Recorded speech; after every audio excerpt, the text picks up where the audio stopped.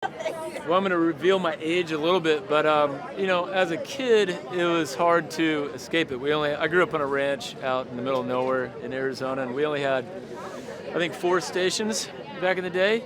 And at one point, as a child, anytime you turned on the TV, I was just trying to watch the cartoons or something, and you saw this story. As life goes, as a child, you think you know the story. You're kind of fed it, right? And indoctrinated with a certain legacy. And as an adult, once I got to read the script and I did my research and got to be a part of this film, I realized that it was really a whole other thing. And I think that's what makes this film and Jessica's portrayal as Tammy Faye so interesting. I think it's a little bit of an unknown story, and I think it's going to be restorative to, in a lot of ways, to Tammy Faye's legacy.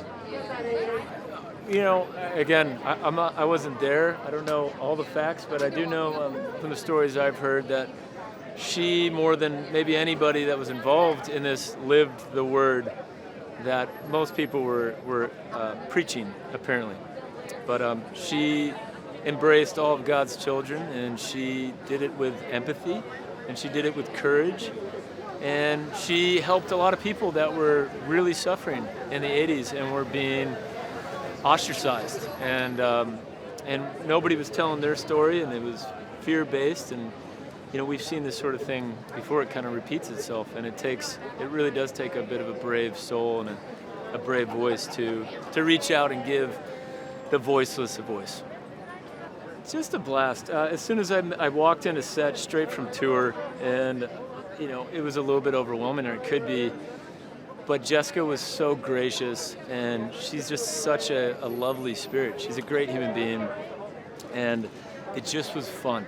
It felt like playing, and I think for me, that's the appeal in acting, and it's the kind of roles and the kind of sets that I want to be on, working with people that have a really strong vision, and at the same time really provide an amazing creative environment.